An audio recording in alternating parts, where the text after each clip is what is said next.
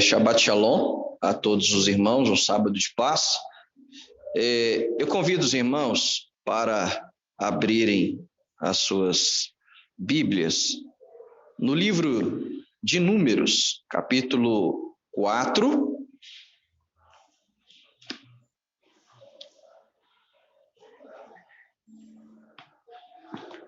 Números, capítulo 4, versículo 21.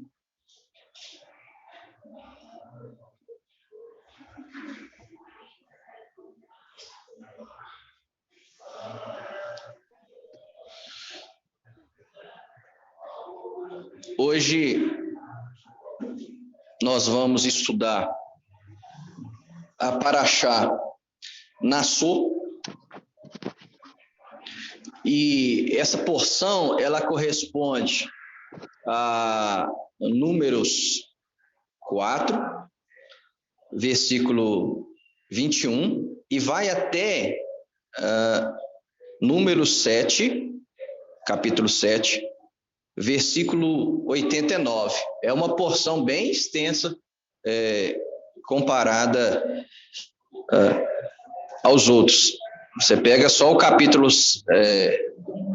o último assunto da Parashá, que é a contribuição dos príncipes de cada tribo, né? Você vê que vai até o versículo 89, capítulo 7. Então, é bem extenso. Só recapitulando para os irmãos, o povo de Deus, o povo de Israel, eles pegaram a Torá, que a gente conhece como Pentateuco, e dividiu ela em 54 porções. E cada sábado a gente estuda uma porção. E durante o ano todo, né, aí é um ciclo anual, durante todo o ano nós estudamos o Pentateuco, os 5 primeiros livros da Bíblia. Então eles dividem em 54 porções, nós cada sábado estudamos uma porção e ao final do ano a gente conclui o Pentateuco, a Torá, as 54 porções que correspondem aos 5 primeiros livros da Bíblia, né? Gênesis, Êxodo, Levítico, Número e Deuteronômio. Hoje é a Parashá Nassó, que literalmente significa faça, e ela já é a porção de número 35, então de 54. Hoje nós já estamos na porção 35, é a segunda porção do livro de Números, tá? E só para a gente dar uma introdução, o livro de Números, ele é totalmente diferente do livro de Êxodo, do livro de Levítico e do livro de Deuteronômio. Êxodo, Levítico e Deuteronômio vão focar em mandamentos, em vários mandamentos. Já o livro de Gênesis, né, Bereshit, princípio, vai narrar o princípio de todas as coisas, da criação, o princípio da nação de Israel, do povo de Deus, através de Abraão, e ali toda a sua descendência. Então o livro de Gênesis, ele é mais histórico, tem histórias, narrativas. O livro de Números, da mesma forma. O livro de Números não tem muitos mandamentos para serem estudados. O livro de Números são histórias, são acontecimentos, são narrativas, igual o de Gênesis. E até um ponto interessante é o nome desse 4º livro da Bíblia. Em hebraico ele não chama Números. Lá em Israel ele tem outro nome, que é Bemidbar. Bemidbar significa literalmente no deserto. E é interessante o nome desse livro, Bemidbar, no deserto. Por quê? Porque quando você lê o 4º livro da Bíblia, Números, ele literalmente vai narrar os acontecimentos do povo de Israel no deserto. aquilo que aconteceu com eles durante os 40 anos que eles ficaram ali peregrinando no deserto. E isso que eu acho super interessante, há uma vertente que diz que, por que são 54 porções? Porque o povo de Israel, durante os 40 anos do deserto, eles pararam 54 vezes.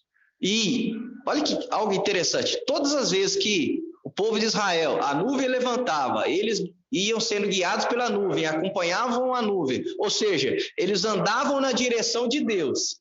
E aí, quando a nuvem parava e eles fincavam estacas, a tenda, todo lugar que eles paravam, Deus testava eles.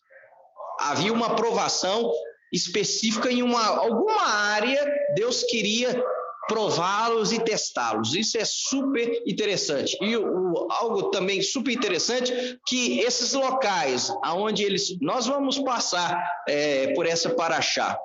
Não sei se é a próxima, agora eu não estou bem certo. Mas é interessante que até o nome do lugar vai receber, de fato, a sua identificação por aquilo que eles foram provados e testados naquele lugar. A circunstância que fizeram ele estar ali nesse lugar. Então, o quarto livro da Bíblia, em hebraico, se chama Bemidbar, no deserto. Porque, de novo, vai narrar a trajetória do povo de Israel no deserto. Por que esse livro ele edifica demais a gente? Porque a nossa vida é um deserto também. Nós estamos aqui neste mundo e nós estamos aí sob provações, sob privações, sob situações complicadas. E o livro de Números vai falar justamente isso, do povo de Israel no deserto. Então, há uma semelhança muito ímpar entre o povo de Israel no deserto e nós também no deserto chamado vida, né? E nós temos que ser como o povo de Israel, sermos guiados pela nuvem, pela presença de Deus, e quando testados, provados neste mundo, nós temos que ser aprovados. Só que a pergunta, por que esse livro ganha o nome de Números, então? Já que não tem nada a ver. Ou será que tem a ver também? Tem a ver. Por que os exegetas, os escribas, deram o nome grego, porque esse é o nome grego do livro de Bemidbar, do quarto livro da Bíblia. Aritmoi, em grego. Aritmoi significa literalmente números. E por que ao traduzir a Torá do hebraico para o grego, os escribas, os exegetas colocaram, não, vamos dar o nome desse livro de Aritmoi, números. Por quê? É porque nesse livro tem muito número. E, de fato, tem números. Que, na verdade, não são números, são censos que o povo de Israel sofre. Deus manda contar o povo. Então, quando você começa o livro de Números, começa assim mesmo. Esses são... Vamos lá para o livro de Números, o capítulo 1.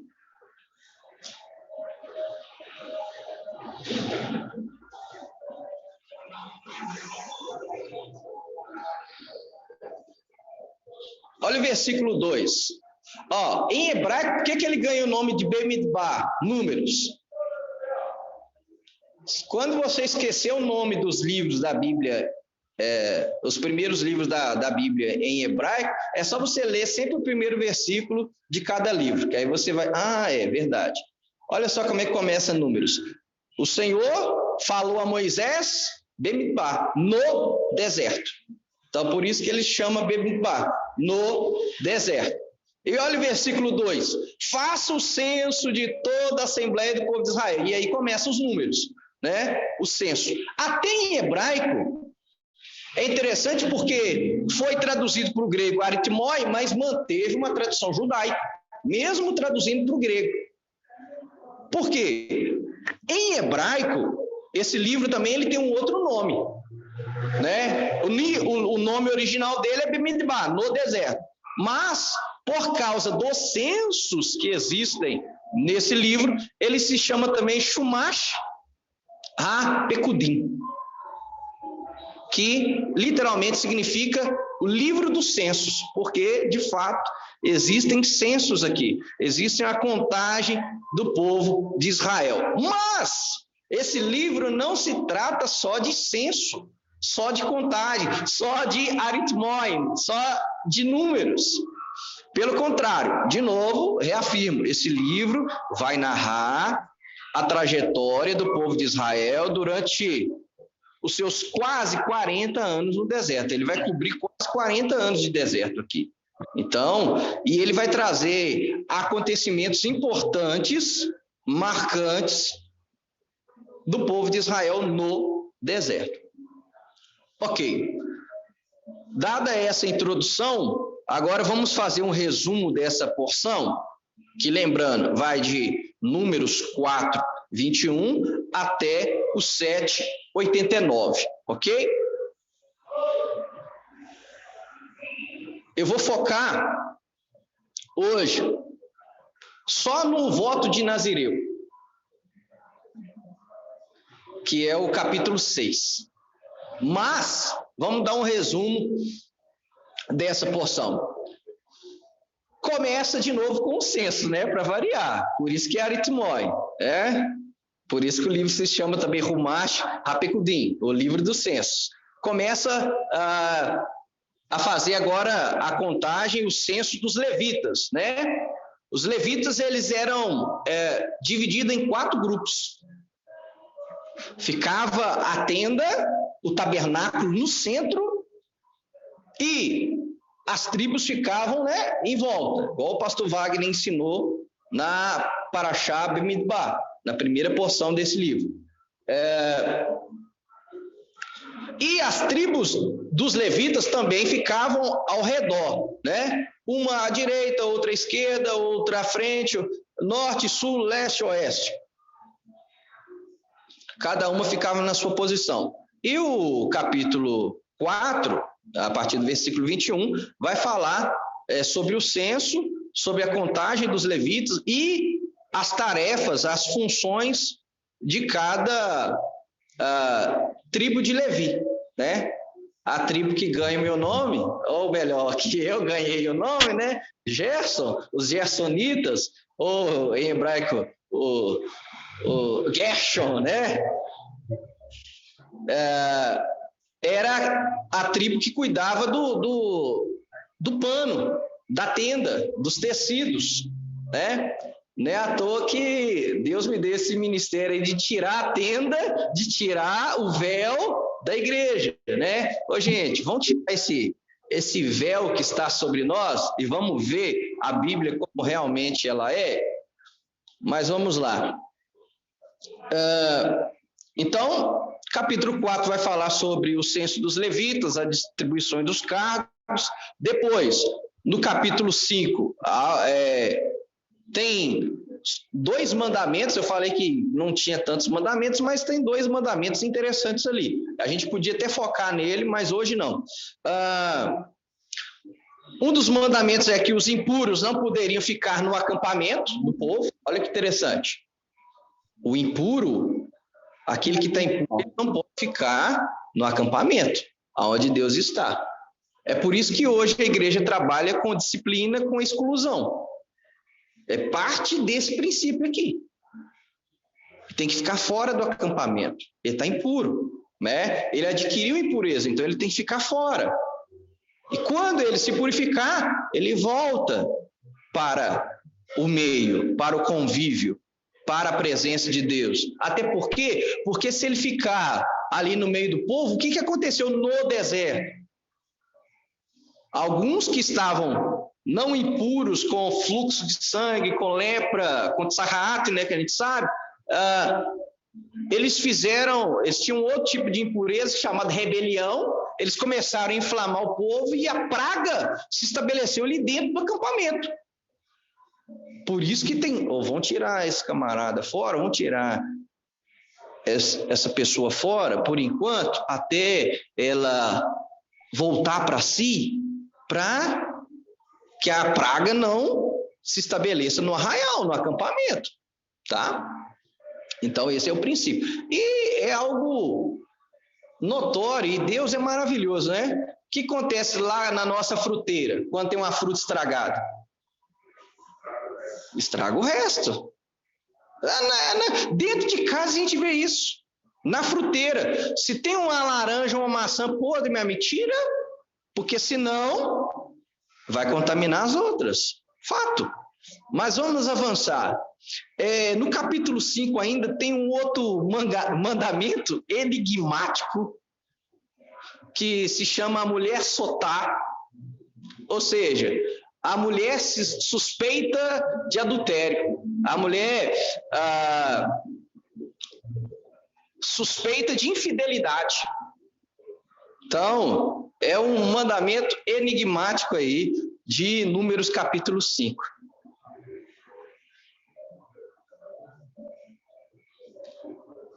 Só que eu saltei um outro aí. Falando rapidamente sobre a mulher sotá,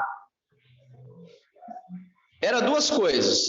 Se o marido suspeitasse, porque naquela época a pessoa recebia a punição pelo pecado gravíssimo de adultério, como? Se fosse pego no ato. Não pegou, e aí? Me safei, ninguém viu. Entrei escondidinho no motel, ninguém viu. Fui, fiz, saí ileso. Ninguém descobriu. Não peguei nenhuma doença, então estou livre. E Números vai falar o quê? Mas aí o homem, o negócio está estranho. Essa mulher está estranha. E olha que interessante, o ciúme é um espírito. E Números fala disso. O homem tomado do espírito de ciúme, o ciúme é um espírito. Depois você leia, Números 5. O que ele fazia? Eu não sei se essa mulher adulterou ou não. Pegava ela, levava ela no sacerdote. E lá ela passava por uma cerimônia, e essa cerimônia, não vou entrar em detalhe para a gente ganhar tempo, se ela de fato tivesse cometido o adultério, ao beber uma água que o sacerdote dava, o quadril dela se conjuntava, era um trem bizarro, o que acontecia com ela. Instantaneamente, ela tomava o quadril, aí todo mundo já sabia, adulterou. Se não, e se fosse só a neura do marido? Tomou, o espírito do ciúme pegou ele, é neura do camarada, tem neura, é o espírito ali do ciúme. Ela tomava água, eu estou tranquila, tomava água, sabe o que acontecia? Ela ficava, era fértil. E naquela época, quanto mais filha a mulher dá-se à luz, mais abençoada era ela. Então ela virava uma videira, ela dava filho, a reviria para o marido, ela ficava fértil. Deus a abençoava e a prosperava, porque foi comprovada a fidelidade dela diante do homem de Deus, diante do sacerdote, durante o seu marido e perante o seu marido, ok? Então tinha outro mandamento interessante para a gente focar, porque tem muitos princípios espirituais por trás disso aqui. Outro que eu falei do capítulo 5 que eu esqueci, e é algo que o cristianismo hoje peca demais, erra, que é o quê? Números 5 fala que se uma pessoa defraudar a outra e ela se arrepende, ela tem que confessar o pecado. Até aqui tudo bem, cristianismo, certo. Mas o outro, reparação. Se eu te defraudei, eu não... Wesley, você deixou cair o dinheiro ali, eu fui e peguei, R$10 seu. Só que o Espírito Santo me cobrou. Toma aqui os seus R$10. Não. O que o mandamento diz? Você vai devolver os 10 mais 20%. Por quê? Tem que haver uma reparação. Hoje o cristianismo só trata com o perdão, mas e reparação? Por exemplo, falei mal. Me desculpa, eu não sei onde eu estava, o Espírito Santo me cobrou, eu falei muito mal de você. Só? Não é só isso. Agora você vai ter que reparar o seu erro. Não, mas se eu publicar uma reparação, não, aí não, você tem que fazer isso. Não é só, é muito fácil você falar mal e me perdoa, me desculpa, eu estava errado. Não, tem que haver uma reparação. Tem que haver. Então, esse mandamento de Números 5,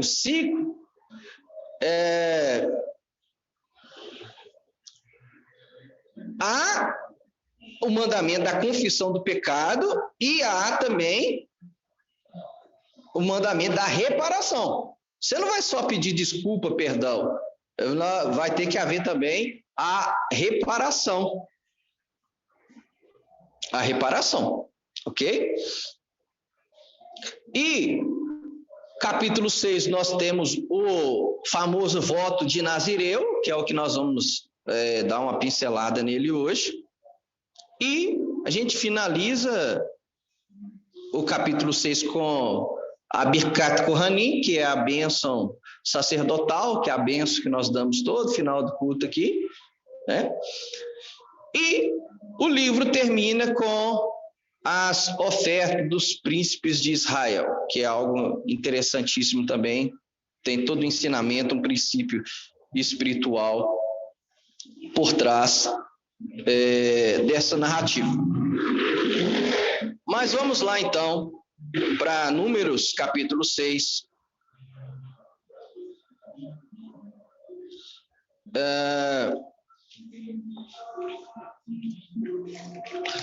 Eu quero convidar você a ler comigo o versículo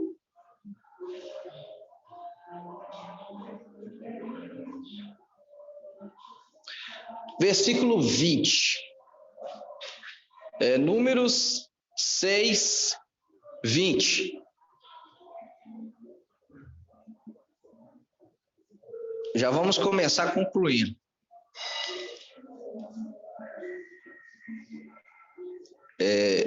Número 6, 20. Aqui tem uma pérola aqui, fantástica, que o povo de Deus, que os sábios do povo de Israel extraem desse versículo 20 aqui, do finalzinho dele. Vamos nem ler todo, vou pegar só o final do versículo 20, que diz assim: depois disso, ou seja, daquilo que o capítulo 6 narra, depois disso, o nazireu poderá beber vinho. Então, depois disso, o nazir poderá beber vinho. É por isso, Wesley, que o apóstolo Paulo, ele vai dizer assim, olha, aos judeus pertencem os oráculos. Romanos, Paulo vai falar isso. Aos judeus pertencem os oráculos, as revelações. Ele fala isso em Romanos capítulo 3, Romanos capítulo 9. Ele vai falar, gente, é deles, pertence a eles a esse conhecimento, essa revelação.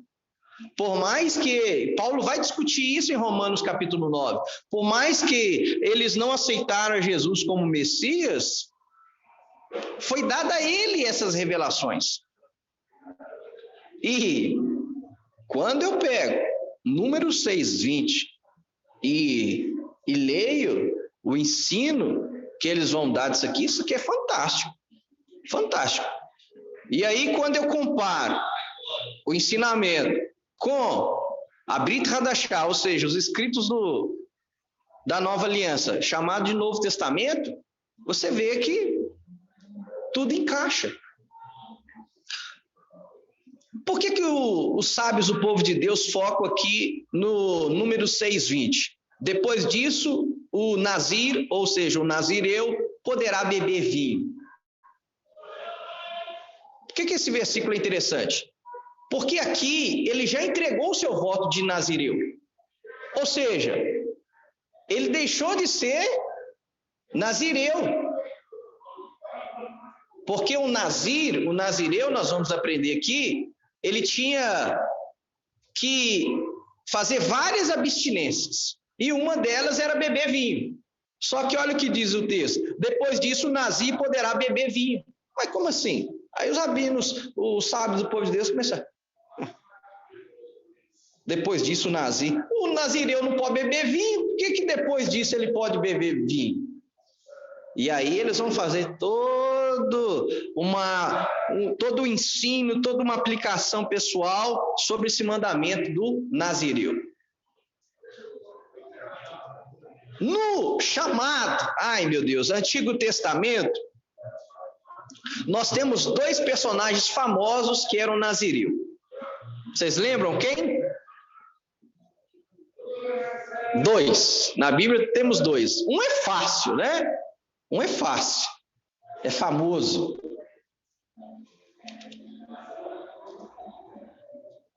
Ninguém, gente? 2 personagens. Deixa eu olhar aqui no chat se alguém falou. Tiago e a sua mente brilhante. Já falou? Sansão. Justamente, Sansão era um. O nome hebraico dele é legal, Shinshon. Parece mais aqueles nomes daqueles chineses lá que lutam, né? Shinshon. Sansão. Sansão é um e o outro. Sansão é o mais famoso, que tem toda a questão da Dalila, e ele corta o cabelo, e ele perde a sua força. Ele era Nazir. Ele era Nazireu.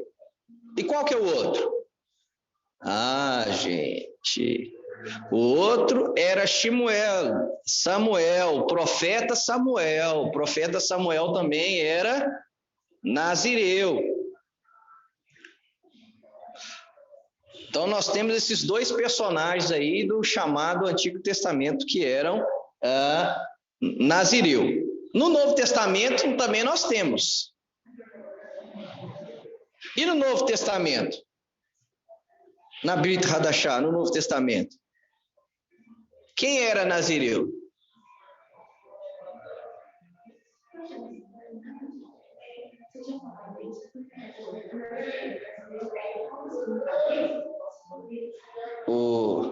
O significado?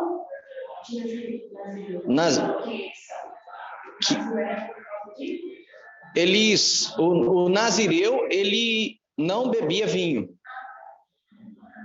Uma das, nós vamos ler aqui, tinham mais abstinência. Ele fazia algumas abstinências. Uma delas, agora foi o outro Tiago menor, agora respondeu, João Batista. Muito bom, viu, Tiago? É isso mesmo, João Batista era Nazireu. Ele era Nazireu.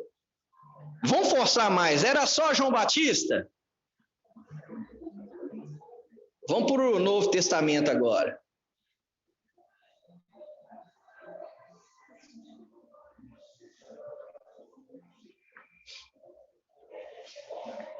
É interessante que Jesus, ele é pintado, ele mostra ele de cabelo grande, né?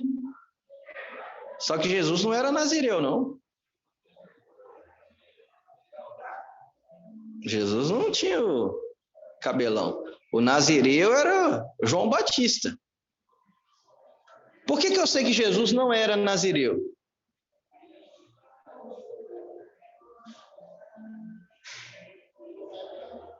Vamos lá para as proibições, ou melhor, para as abstinências do Nazireu. Existia 2 tipos de Nazireu. Tinha um que ele era para a vida toda, O que é um nazireu? Ele escolhe se consagrar mais a Deus. Isso é o nazireu. E aí ele faz o voto de nazireu.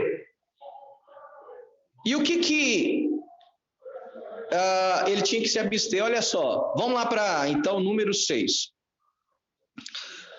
O Senhor disse a Moisés: fale ao povo de Israel, quando um homem ou uma mulher fizer um tipo especial de voto, olha só, então não é só o homem que fazia, não, a mulher também podia fazer.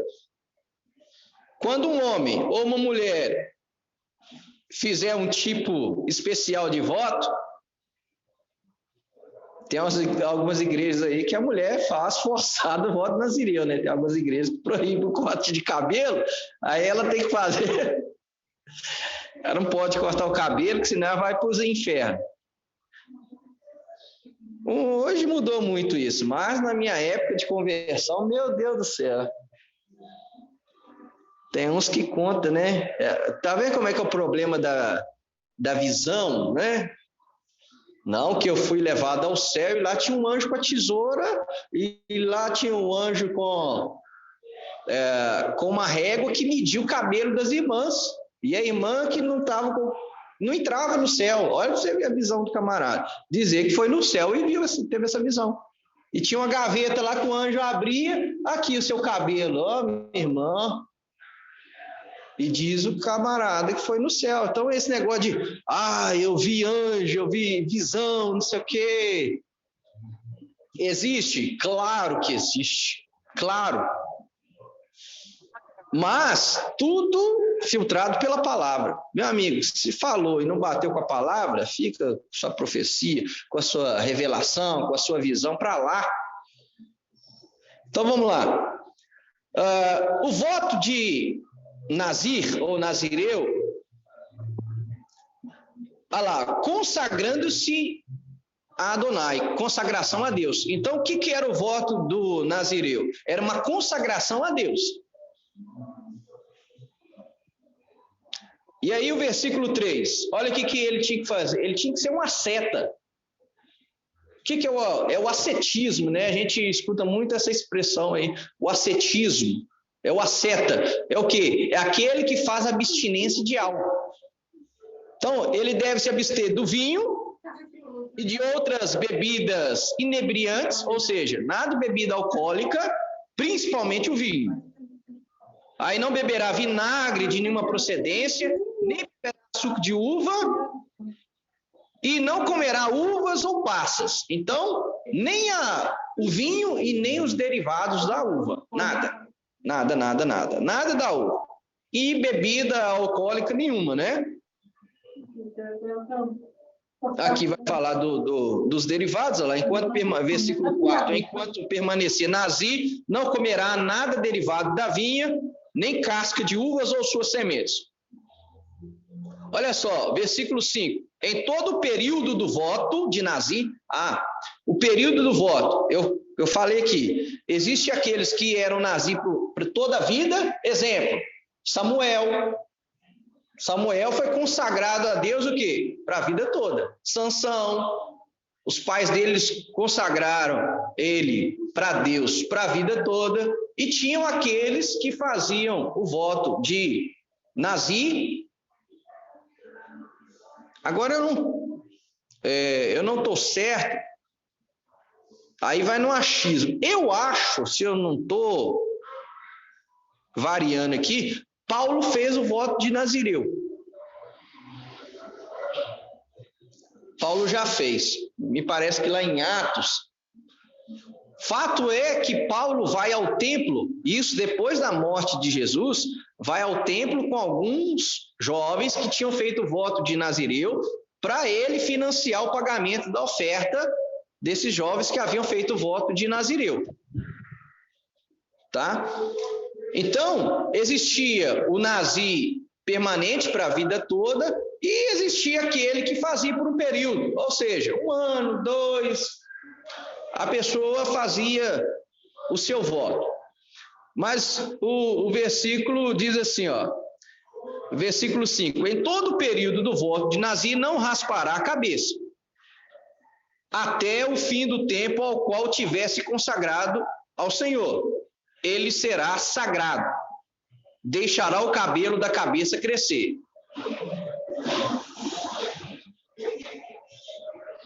Então, primeira abstinência, nada de bebida alcoólica e vinho, nem o vinho e nem os derivados da uva, ok? Segundo, não raspar o cabelo, não cortar o cabelo. Por isso que Sansão é muito forte essa questão do cabelo. Outro, versículo 6. Em todo o período de sua consagração ao Senhor, ele não se aproximará de um cadáver. Aqui é pesado.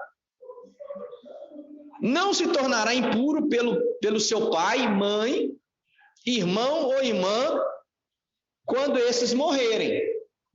Olha só, pois a consagração a Deus está sobre a cabeça. Por isso que Sansão tinha toda aquela questão da cabeça. A consagração está na cabeça. Olha lá, a consagração a Deus está sobre a cabeça. Por todo o período de Nazir, ele é sagrado para o Senhor. Então, se a mãe morresse, se o pai morresse, ele não podia velar. Então, essa é a parte mais pesada. Já pensou? Você fez o voto de Nazireu, perde mãe, aí você não pode velar sua mãe. Então, não era um voto tão simples. O camarada que fazia esse voto, ele tinha que estar ciente. Você não pode se contaminar com cadáver nenhum. Nem dos próximos, nem dos parentes próximos. Pai, mãe, irmãos. Quando esses morrerem.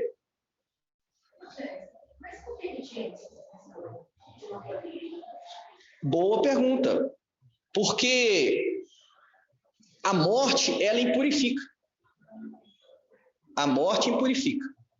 Então, é algo espiritual isso. É algo totalmente espiritual. A morte, ela impurifica.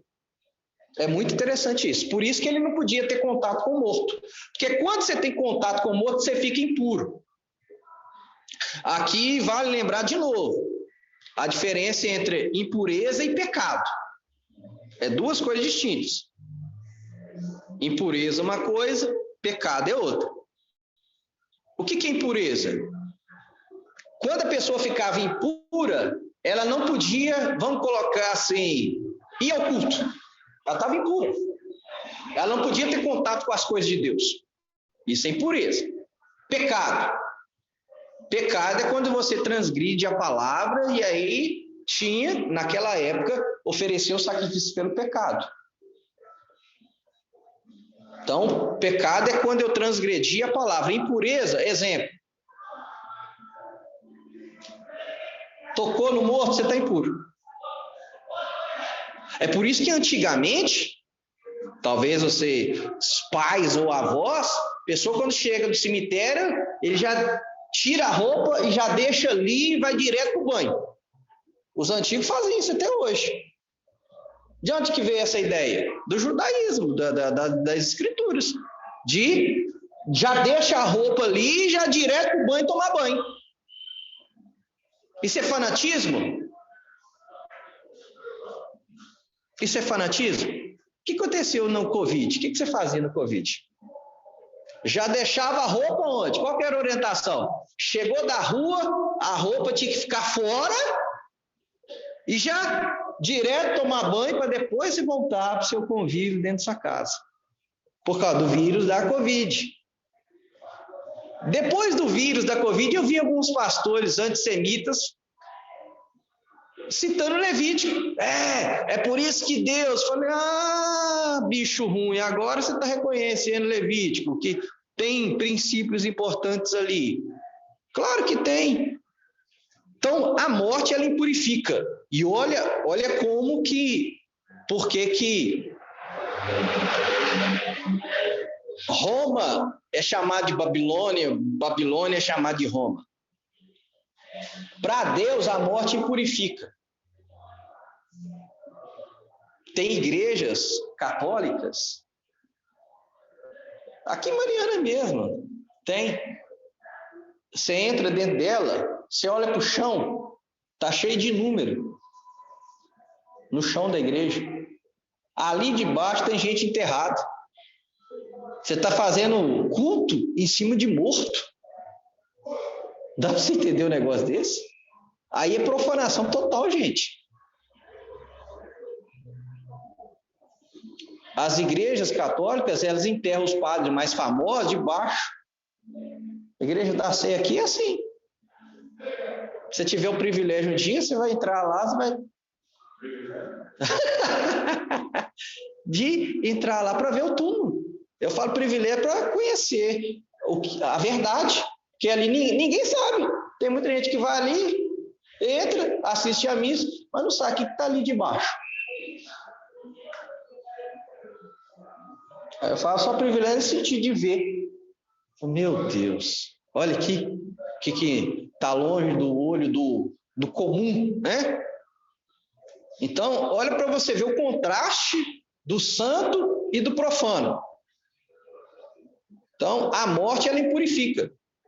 Por que o povo ficou louco quando Jesus tocou no esquife? O que é o esquife? Tocou no caixão do filho da viúva de Naim e falou, para o cortejo agora. Menino, levanta o menino. Gente, ele tocou no esquife. Mas ele era o quê? O autor da vida, gente. Vai ser fantástico The Chosen quando eu pôr essa cena. Vai ser fantástico. Aí não tem como não chorar, né? Põe aquele fundozinho, aquela encenação toda, e na hora que você vê, você está afungando, né? É fantástico. Então, a morte, ela impurifica. A mulher do fluxo de sangue, ela estava impura. E aí a fé dela foi tão ousada, falou, se eu só tocar no sítio dele, na franjinha, eu vou ser curada. E ela estava impura. E naquilo que ela tocava, ficava impuro. Só que Jesus é a pureza. Então, ao invés dela passar impureza para Jesus, Jesus passou pureza para ela. E ela ficou pura. E o sacrifício de Cristo é para nos purificar das nossas impurezas e dos nossos pecados. Então, a Bíblia vai falar de impureza e a Bíblia vai falar de pecado. Paulo vai falar de impureza, Paulo vai falar de pecado. Jesus, o seu sacrifício nos limpa de toda impureza e de todo pecado. Então, respondendo sua pergunta, a morte impurifica, por isso que ele não podia ter contato com a morte. E olha como é que Deus é tremendo, e como que a palavra de Deus, ela procura abranger tudo. Foi dado os mandamentos, uma coisa é você dar os mandamentos, e vamos chamar assim, e a vida real, como ela é? Olha só o versículo 9. Ele vai tratar da vida real como ela é. Olha como é que a palavra de Deus é perfeita. Deus não é um ser asceta que fica lá no seu alto, sublime trono e intocável. Não, ele se relaciona conosco. Nós vamos aprender aqui que o asceticismo, o judaísmo abomina, odeia esse negócio de monastério, sabe? De ir lá ficar igual monge. Não tem valor nenhum do ponto de vista bíblico ou judaico, não tem valor nenhum. Então vamos lá. O versículo 9, então, vai tratar da vida como ela é.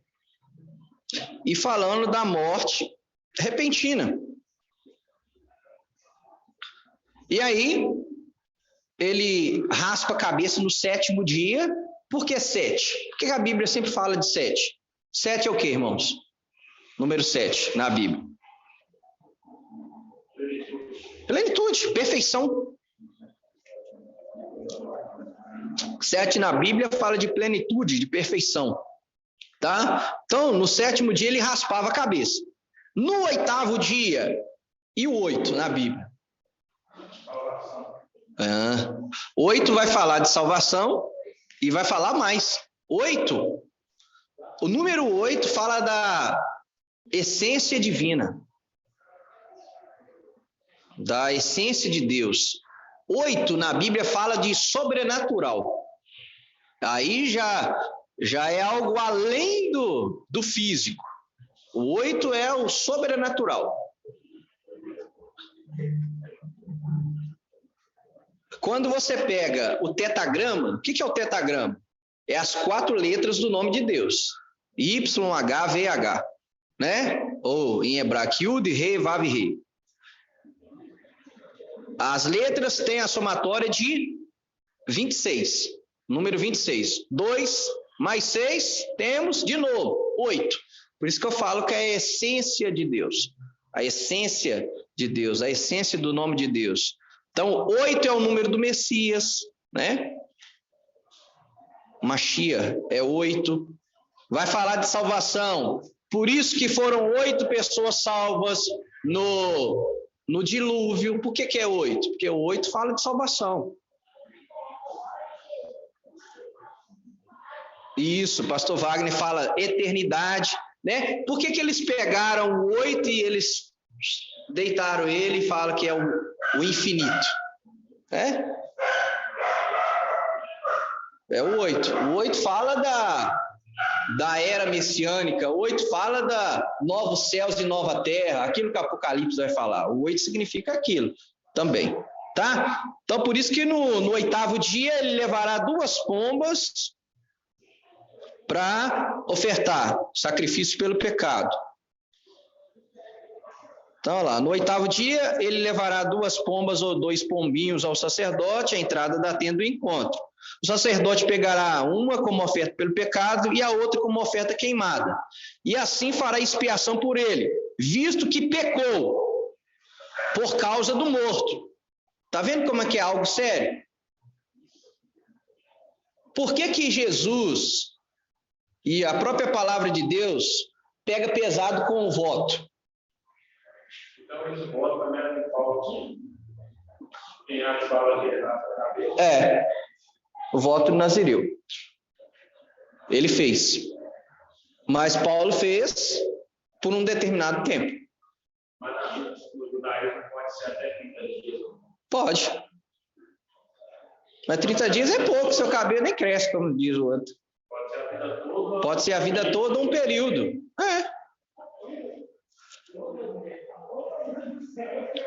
Então, existia esse voto. E aí, então ele pecou por causa... por que a Bíblia pega forte sobre o voto? Jesus fala sobre o voto também. Pesado. Porque que é o voto? E por que... Olha só.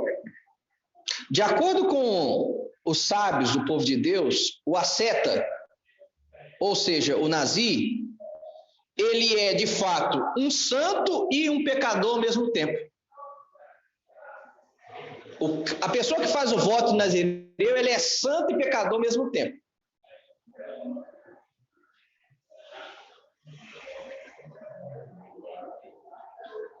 Então, o voto, você vê que ele tem que oferecer o sacrifício pelo pecado, porque ele fez um voto. E quando eu faço um voto e eu não cumpro, o que acontece? Pecado. Se você fez o voto, você quebrou o voto, você pecou. Então, literalmente, você fabricou um pecado. Um pecado que não existia e você fabricou ele. Por isso que o voto é perigoso. Você fazer um voto. O voto é algo muito sério. Porque se você fizer ele e quebrar, você fabricou um pecado, filho. Um pecado que não existia, não era para existir, mas você vacilou. Também não é errado isso fazer voto. Não. É bíblico. É bíblico. Tem a diferença entre Nazireu e Nazareno? Tem, totalmente. Nazareno é aquele que nasceu em Nazaré, que vem da raiz hebraica lotzer, que significa aquele que guarda. Eles eram chamados de Nazaré porque a cidade onde ele é criado, é conhecido como os guardadores da Torá, os guardadores da lei. Olha onde que Jesus é criado. E olha como é que ele ganha o sobrenome Nazareno, né? Por quê? Porque ele vem de Nazaré, ele foi criado em Nazaré. Ou seja, ele foi criado entre os guardadores da lei. Isso aí para um antinomista, uma pessoa que é contra a lei de Deus, ele fica louco na hora que você fala um negócio desse. Mas vamos lá, para a gente concluir.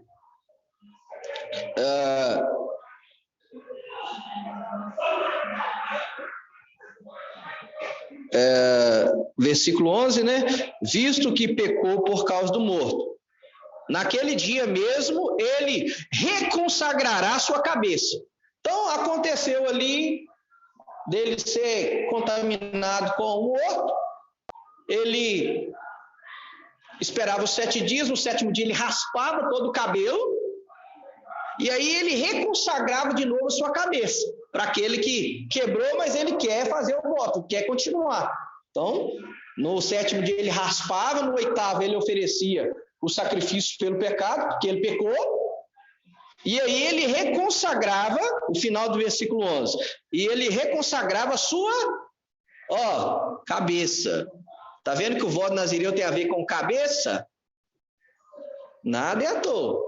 Então a consagração estava na cabeça. Versículo 12. Consagrará ao Senhor a totalidade do período que for nazireu. Ao trazer um cordeiro de 1 ano como oferta pela culpa. Os dias anteriores não serão contados, pois sua consagração foi imaculada. Ou seja, ele começa do zero de novo. Se ele falou, vou fazer 1 ano. Pense. Aí o cara está quase terminando o voto dele, de 1 ano. Vai, a pessoa morre e ele é contaminado com a morte. Zerou, meu filho. Vai contar a partir dali agora. Ele espera 7 dias, raspa o cabelo de novo. 8º dia ele oferece sacrifício pelo pecado, porque ele pecou, ele quebrou o voto, e aí reconsagra a cabeça de novo, e é feito a contar de novo. E é o que os dias anteriores não serão contados. Não vai computar os 300 dias que ele já tinha se consagrado. Começa do zero de novo. Ele era nazireu. Os pais dele já consagraram ele nazireu. Porque o nascimento dele foi um milagre. E aí o anjo, né, fala que ele vai ser consagrado ao Senhor. Então ele já nasce nazireu, desde pequenininho. Ele já é criado como nazireu e permanece nazireu. Por isso que quando corta o cabelo dele, da lila, a consagração não está na cabeça, ele perde a consagração e, consequentemente, a força dele, a unção dele estava na cabeça. E aí, quando corta o cabelo, ele perde. E aí, acontece ali a história. Hoje à noite eu vou falar sobre Sansão, pode ficar tranquilo. Hoje à noite nós vamos... Essa causa não era, não era por causa disso. Pelos votos. Eles são os 3. Permanente. A vida é lá, só. Você deu outro exemplo, Paulo. Mas na Bíblia não relata de outros. Mas Paulo só dá essa. Paulo é só um período. Esses 3, João Batista, Sansão e Samuel, foi a vida inteira. A vida inteira. O que, principalmente, que número 6 está tratando é de só um período. Tá? E aí... Nazireu, não? Não. Como é que eu sei que ele não era nazireu agora? Nós já pegamos aqui o que o nazir não podia fazer. Você pegou a charada. Ele bebia vinho, rapaz. Como é que ele era nazireu? É o que Jesus fala com os fariseus. E sabia que que os fariseus descendem desse voto aqui?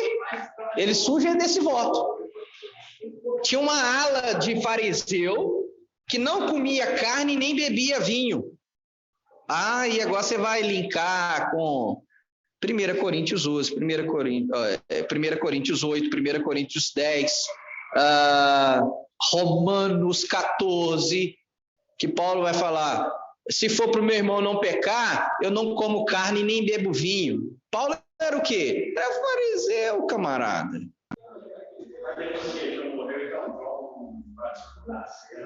João não. João era nazireu. Ele não tinha contato nenhum com vinho.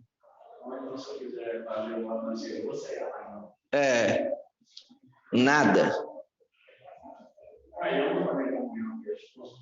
Pois é. Não tem necessidade. Hoje não tem necessidade do voto nazireu. Mas por que do voto nazireu? Vamos para o X da questão. O estudo é para pegar o X da questão. Então, a consagração está onde? Na cabeça. Nazireu, nazir em hebraico, vem, anota aí para você não esquecer, vem da raiz hebraica Neser. N-E-Z-E-R. Neser. Nézer, perdão.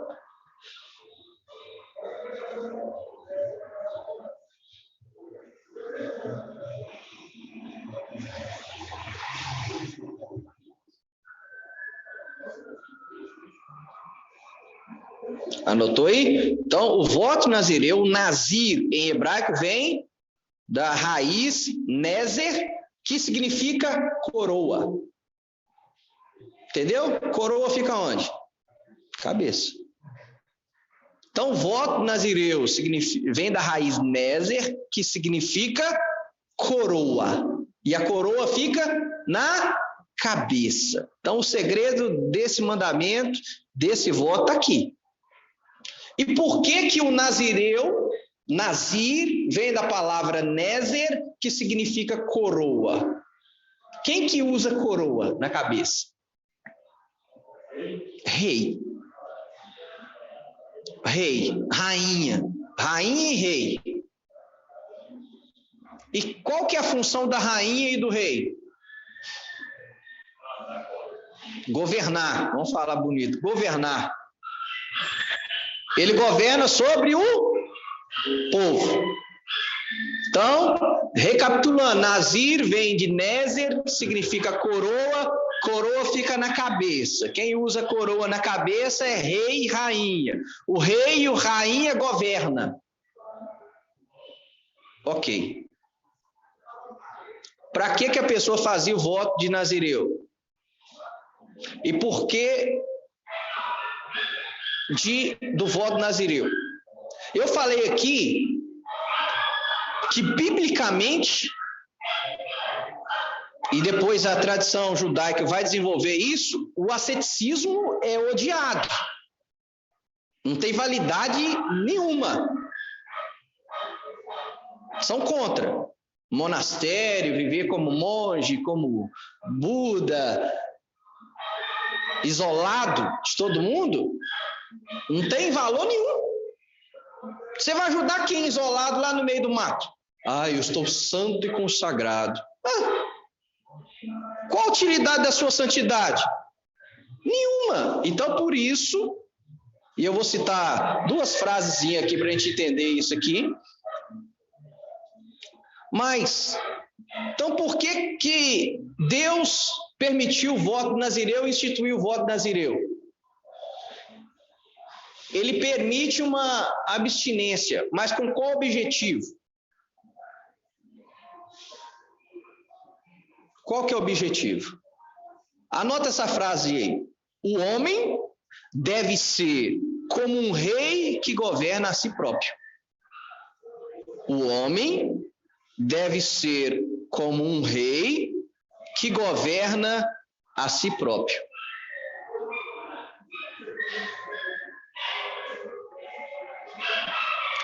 Lembra que eu falei do segredo do 6:20? Número 6:20? E o nazir agora pode beber vinho. Mas o Nazi não pode beber vinho, por que ele continua sendo chamado Nazi e bebe vinho? Porque agora não é o vinho que governa ele governa o vinho. Para que era o voto de Nazi? Para o homem conseguir governar a si próprio. Aqui que é o X da questão. E é por isso que a Bíblia vai falar que, mesmo depois dele quebrando o voto de Nazireu, entregando, vamos dizer assim, depois que ele entregou o voto de Nazireu, a Bíblia continua chamando ele de Nazireu, por quê? Porque ele continua com a Nécer, com a coroa, ele continua governando a si próprio. O homem deve ser como um rei que governa a si próprio.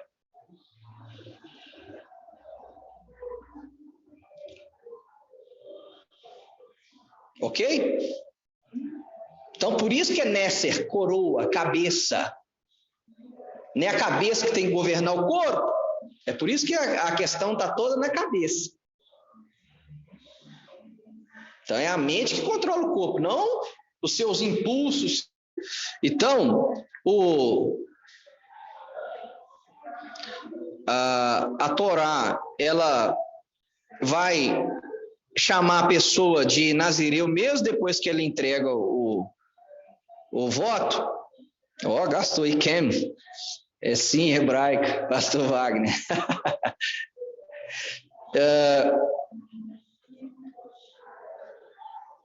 Então, por que, eu estava fazendo agora a pergunta, por que o voto nazireu é para consagrar a Deus?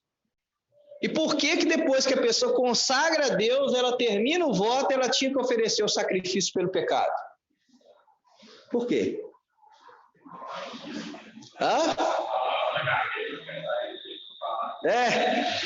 Vamos lá. Lembra que eu falei que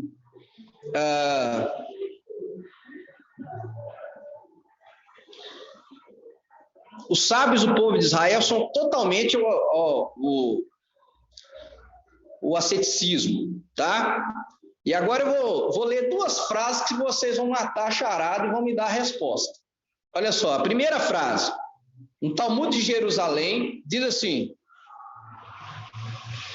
aquele que se privar daquilo que lhe foi dado para ver e gozar, terá que prestar contas perante o Eterno. Matou a charada? Vou dar uma segunda frase. O Rabi Yitzhak diz o seguinte: não te basta o que a Torá te proíbe, ou seja, não te basta o que a Bíblia já te proíbe, e tu procuras abster-te de outras coisas?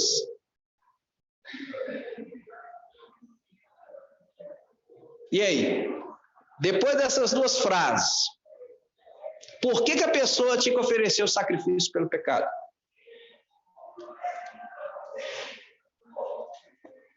Tem duas respostas. A primeira é o seguinte: nós já temos proibição demais na palavra. Já existem vários mandamentos proibitivos, negativos, dizendo para você: não faça isso, não faça aquilo. E aí não basta isso, você tem que impor algo sobre você que nem Deus pôs.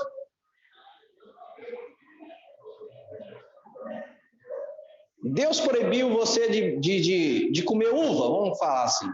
Não. Outra coisa, Deus te proibiu, aqui eu posso falar, Deus te proibiu de beber vinho? Não. Não. Por que você não pode beber vinho? A coroa. Porque o camarada não consegue tomar só uma taça de um bom vinho, gente. Ele não consegue tomar uma taça de bom vinho. Simples. Quem está governando ele, Wesley? Os instintos dele. A carne, ele não consegue ser rei, governar sobre ele. O pecado vence ele facinho. Se ele tomar uma dosezinha, tchau. O álcool é só a porta de entrada para ele voltar para a maconha e depois cheirar cocaína e depois fumar pedra de crack. E só ir aprofundando. Só abismo chamando outro abismo. Então ele não pode tomar um copo de vinho que passa aí no Globo Repórter, passa no jornal, parece reportagem na internet, vários estudos acadêmicos que diz o quê? Uma taça de vinho é bom para quê?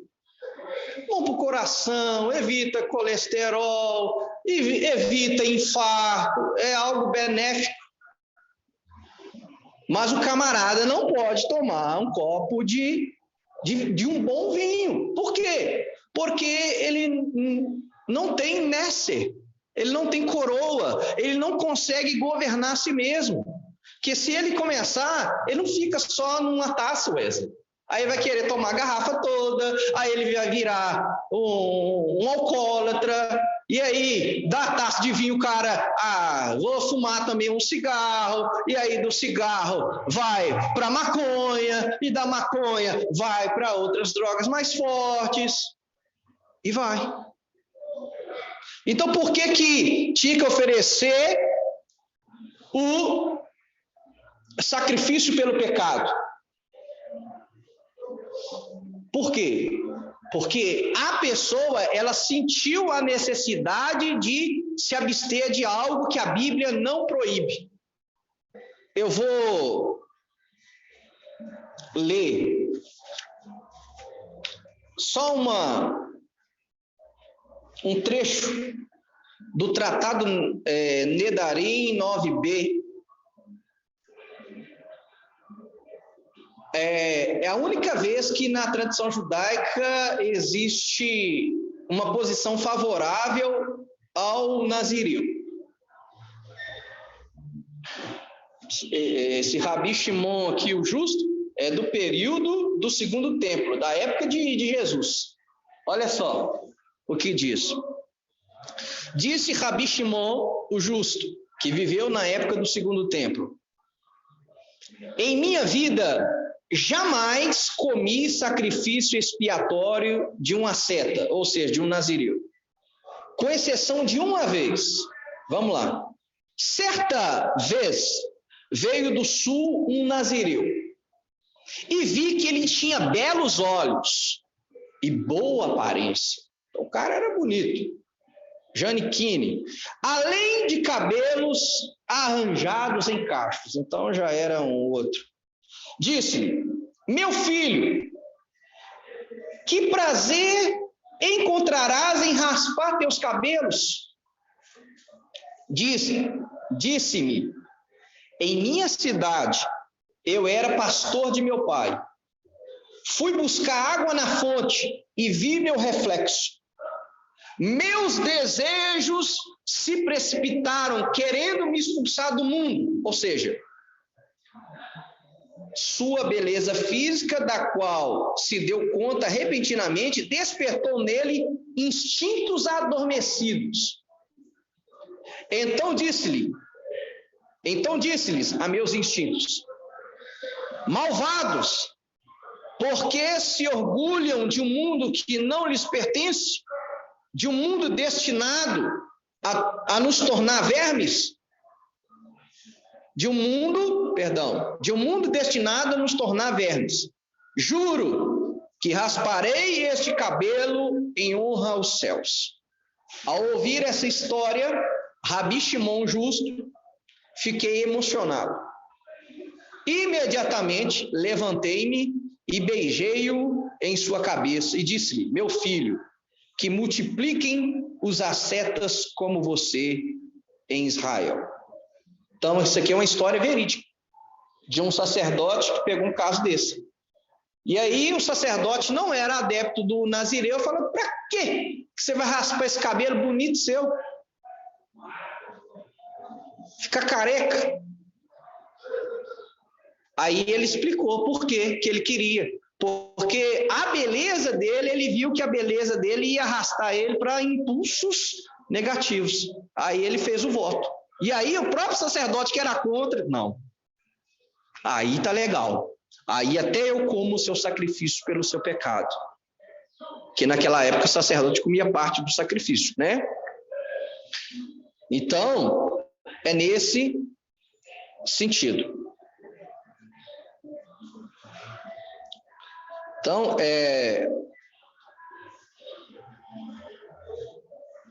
para a gente finalizar, então o voto de nazireu, na verdade, é para controlar o impulso que a pessoa tem. E para a gente finalizar agora, então, por que a Torá vai continuar a chamar a pessoa que já entregou o voto de nazireu e falando para ela: agora você pode voltar a beber vinho, e continua a chamar ela de nazireu? Por que isso? Porque os dias de abstinência devolveram-lhe o equilíbrio espiritual, permitindo-lhe dominar novamente a si mesmo. É por isso que a Bíblia vai falar: nazireu, agora você pode voltar a beber vinho, mesmo ele não sendo nazireu, mas por causa da raiz da palavra, você consegue nascer, coroa, você consegue governar a si mesmo. Agora você pode voltar a beber vinho. Então, eu posso beber uma taça de vinho? Posso. Não tem problema nenhum. Eu consigo governar a mim mesmo. Você pode? Você que vai definir. Você pode? Você que vai definir. Você acha que você consegue governar a si mesmo? Ah, pastor, eu não me sinto confortável. É isso aí. Justamente, a pessoa não pode confundir. Paulo vai usar essa expressão. E aí eu lembro do presbítero Brendel. Ele sempre lembra que o pai dele cita o apóstolo Paulo, fala: tem muita gente confundindo liberdade com libertinagem. É uma linha muito tênue, fininha. E aí, para a gente finalizar, uma frase que eu quero que você anote: a tendência ao vício é o pecado. É por isso que ele oferece o sacrifício pelo pecado. Porque ele tem tendência a aquele tipo de pecado. E por isso que ele tem que fazer abstinência. Então, a tendência ao vício é o pecado. E a força para enfrentá-lo é a santidade. Então, de novo, a tendência ao vício é o pecado. E a força para enfrentá-lo é a santidade. É aquilo que Paulo fala: se você viver pelo Espírito, você não cumpre com as obras da carne. E quem que vai me governar? O Espírito ou a carne? É aquele que eu alimento mais, diariamente. Então, se eu não orar, se eu não tiver um devocional, se eu não criar um hábito de ler pelo menos um versículo, se eu não criar o hábito de orar, se eu não alimentar o meu lado espiritual, a carne vai me governar. E na hora que eu vi, eu estou fora da igreja, na hora que eu vi, eu estou pior do que o ímpio, e postando ainda no status. Que vergonhoso, ridículo. Além de você voltar para a lama, você ainda posta que você voltou para a lama. Terrível, terrível, terrível, terrível. Então, é isso, meus irmãos. O segredo do voto de nazireu. Fantástico, né? Quando você pega um capítulo e aprofunda nele e pega o que de fato Qual que é o ensinamento por trás disso aqui?